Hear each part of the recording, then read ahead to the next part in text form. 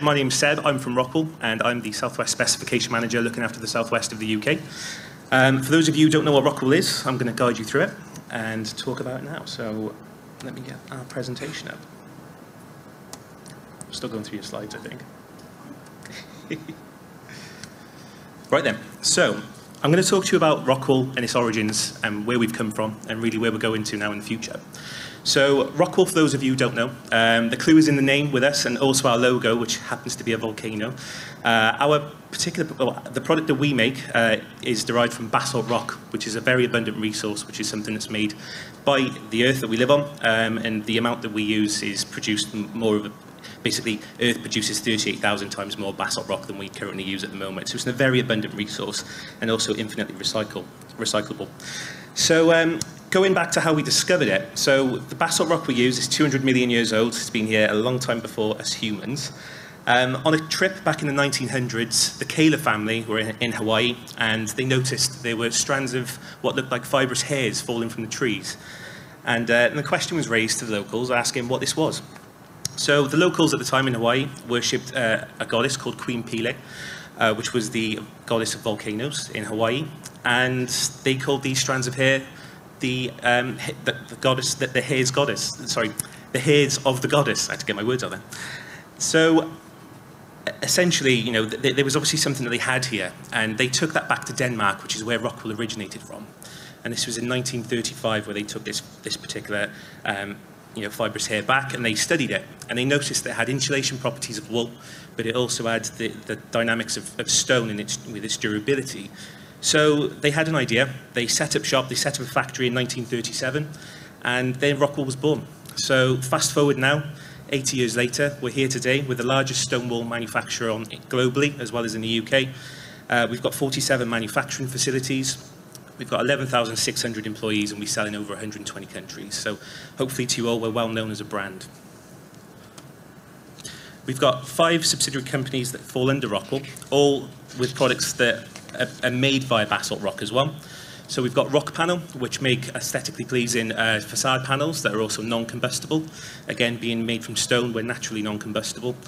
We've got Rock Panel, which make acoustic ceiling tiles, again, being non-combustible and aesthetically pleasing. We've got Lapinus, which is an intelligent fibres brand, which makes all sorts of different products, really. But as you can see in the picture to the top right, there's a picture there of a card disc brake. And Grodan, which is an agricultural growth substrate, which is very popular at the moment actually across Europe, not so much in the UK. But this particular product, made from basalt as well, can hold over 80% of its volume in water. So it's very good for water conservation when we're talking about growing plants as well. So just to talk you through our manufacturing process, we take basalt rock, we melt it down in our furnace in Bridgend, we melt it at 1,500 degrees Celsius, and we spin it, very similar to how candy floss is spun, actually. So we'll spin that into millions of fibres, and we'll compress it down, and whatever product we're making that day, we'll turn it into that product, essentially, and we'll add a binding agent to it as well, so it holds its shape. As you can see, there's a recycle logo there. The product itself is fully recyclable. It's infinitely recyclable, in fact. So we can put that through the process as many times as we like, with any offcuts from the factory, offcuts from site, or even old Rockwool that's being brought back to us from buildings that are now being deconstructed. We've been in the UK for 40 years. The company is 84 years old. But there is Rockwool that's still, that's in buildings now that are actually coming to the end of their life, and we're bringing that Rockwool back and we're recycling it and making new Rockwool again.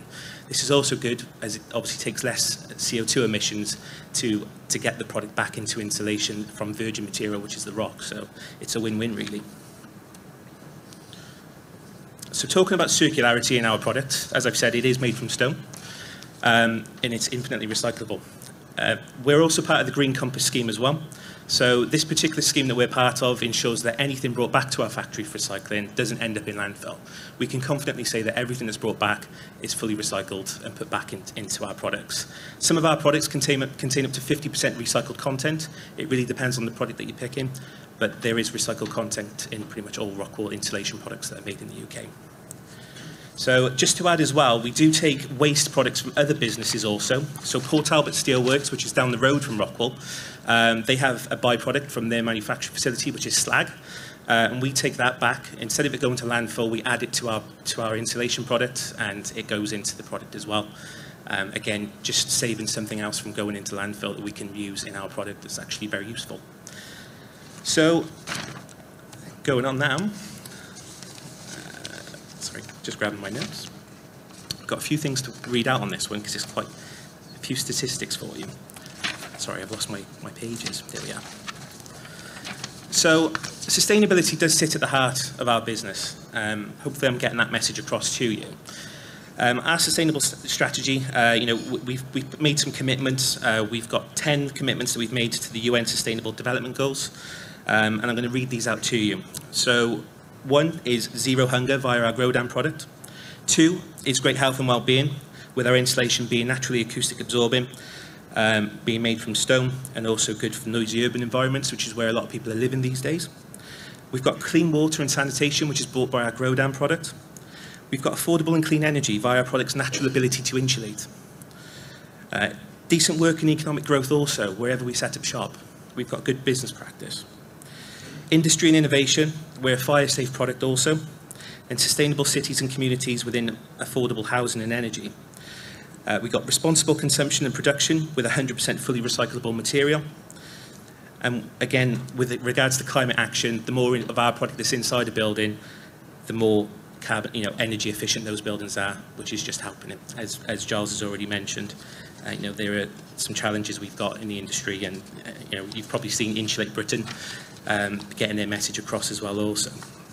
So going further into that also, Rockwool was the first company in Denmark to host a dedicated quarterly call on the environment, on an ESG essentially, which is an environment, social and governance. And reporting this just increases transparency on sustainable and socially responsible business practice, such as lowering carbon emissions, ensuring sound labour standards in our supply chains, and anti-corruption measures as well.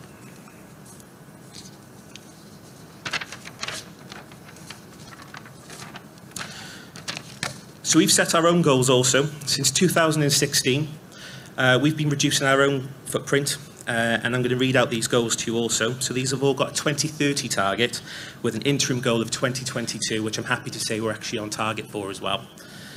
So these are to reduce our CO2 emissions by 20% and 10% in 2022, to increase our energy efficiency in our own offices by 75% with a 35% goal, interim in 2022 as well, and to reduce water consumption in our factories by 20% with a 10% interim goal also. We're also looking to reduce reduce lost time incident frequency rates by 10% annually, and reduce landfill waste in tonnes by our manufacturing facility by 85% by 2030 and 40% by 2022. I will say this is global as well for Rockwool, these targets. This is not specific to the UK. We're also looking to increase the reclaimed waste in the number of countries that we operate in. So in the UK, we've got a scheme called Rock Cycle, which is essentially where we can go out, we can go to site, we can collect the offcuts of Rockwool that would otherwise end up in landfill, and we can bring them back to our factory. We've got a few hurdles with it. Unfortunately, in the UK at the moment, we need a bit more push from, I would say, government in terms of the cost of landfill prices. If you go across Europe, per tonne you could pay over €1,000. In the UK at the moment, it's just over £100 roughly. So, that's something that we're trying to compete with in terms of making it feasible. It's easier in some countries than others, but the UK, the service is available. So for anyone in this room who has got waste product that is Rockwool, that we can help with, by all means speak to me and we can arrange something. We can talk about bringing that waste product back.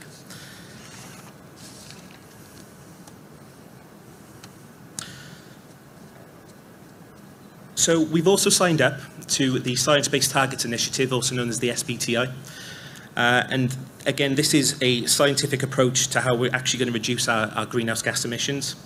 So for our Scope 1 and Scope 2, we've committed by 2034 to reduce our CO2 emissions by 38%.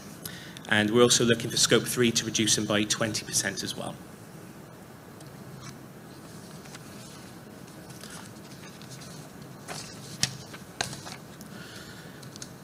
So, we're looking to create solutions, and we are looking and we are aiming to deliver net zero. Our products make an important contribution to enhancing the improving living standards where people live with fire safety, thermal and acoustic as well. using our products within buildings keep them warm. They can keep them cooler in the summer also. They breathe, they're vapor permeable.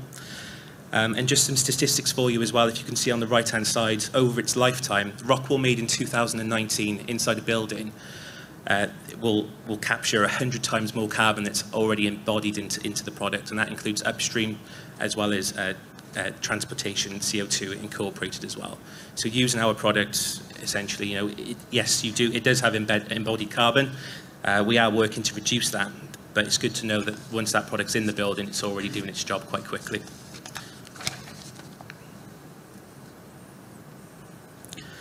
So we're also, we've been signed up to TrueCost as well, which is run by Standards & Poor's Global. And for the second time, it's classified 100% of our products as being SDG positive. They've been assessed as having a positive impact in reaching UN Sustainable Development Goals.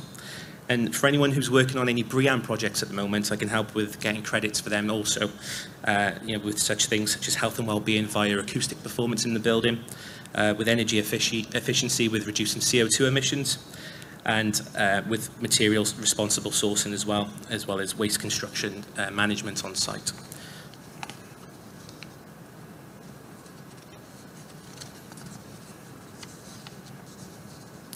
So just a closing quote now. I've had 10 minutes, hopefully I've stuck to my time, Joss.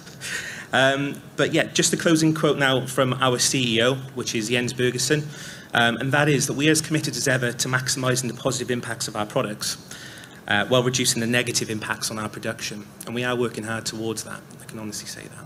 So thank you very much for your time, everyone. We've got a demo van outside where we're actually showing off the performance of our product and really what it does inside a building. For anyone who's entered through today, you might have seen the big red truck just as you were walking in. I strongly recommend you guys jump on board after this and take a look and speak to the guys. I'll be upstairs for anyone who's got any more technical questions that I'll be more than happy to help with. But for that, thank you very much for your time.